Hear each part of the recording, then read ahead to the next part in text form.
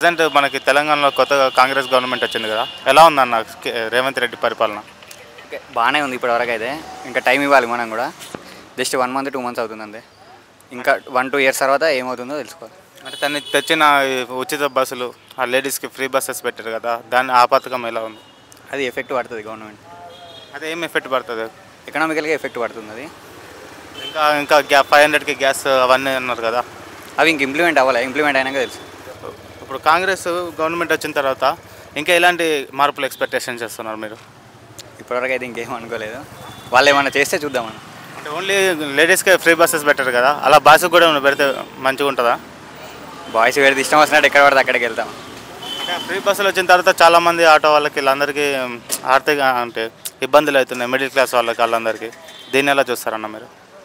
కొన్ని రోజులు అవన్నీ భరించాలని. ఒకప్పుడు బీఆర్ఎస్ ప్రభుత్వం ఎలా ఉండేదన్న మరి? దాని గురించి వద్దులే. అంటే దానికి దీనికి డిఫరెన్స్ ఏంటని? ఇంకా వీళ్ళది ఏం కాలేదు కదా, టైం ఇవ్వాలి మనం కూడా. టైం ఇచ్చినాక అప్పటి వరకు. కేసీఆర్ ఓడిపోవడానికి కారణాలు ఏమనుకోవచ్చు? అందరు చేంజ్ అన్నారు. చేంజ్ కోసం తను చాలా ఐటీ డెవలప్మెంట్ కానీ హైదరాబాద్ చాలా డెవలప్ చేశారు కదా, అయినా ఎందుకు ఓడిపోయారు అనుకోవచ్చు?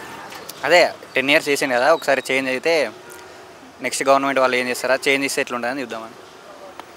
ఇప్పుడు మీ దగ్గర అన్న ప్రాపర్ వరంగల్లో ఎవరన్నా ఎమ్మెల్యే? మా దగ్గర కాంగ్రెసే. అదే కాంగ్రెస్ ఎమ్మెల్యే పేరేంటి?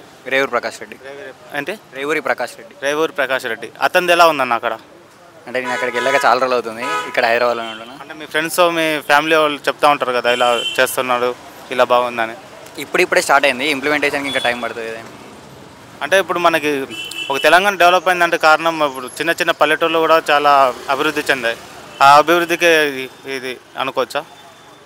అర్థం కాదు. ఇప్పుడు చిన్న చిన్న పల్లెటూళ్ళు కూడా చాలా డెవలప్ అయ్యాయి, అందుకనే కాంగ్రెస్ కూడా వచ్చింది అనుకోవచ్చా?